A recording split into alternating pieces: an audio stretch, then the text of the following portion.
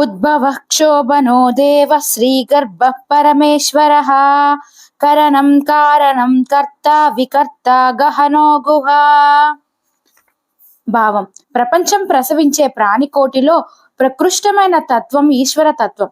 అందరిలాంటి ప్రాణి కాక ప్రాణాలకు ప్రాణప్రాయుడైన పరమేశ్వరుడు సామాన్యుభవుడు కాదు, ఉద్భవుడు. అతని పుట్టుకతో ఎంతమంది దుష్టుల మనస్సు క్షోభిస్తుంది. దుష్ట శిక్షణ చెయ్యకుండా శిష్టరక్షణ జరగదు. అమృతాన్ని, విషాన్ని రెండింటినీ తన వెంట తీసుకొని పరమేశ్వరుడు ప్రపంచంలో ఉద్భవిస్తాడు.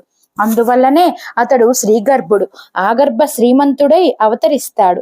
దివ్య తేజస్సు భవ్య రూపం ధరిస్తుంది. ఇది ఎలా జరుగుతుంది అనేది చాలా విచిత్రమైన విషయం. సర్వతంత్ర స్వతంత్రుడు సర్వేశ్వరుడు, సర్వకార్య సాధకుడు.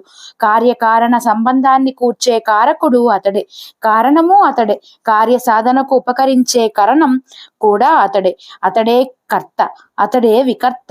అన్ని పనులు చేసినా ఏమీ చేయనట్టే. అందువల్ల అతని కార్యపద్ధతి సామాన్య దృష్టికి బోధపడేది కాదు. గహ్వరమైన గుహలో నివసించడం వల్ల అతని ఆచరణ విధానం కూడా గహనాతి గహనంగా గూఢంగా ఉంటుంది.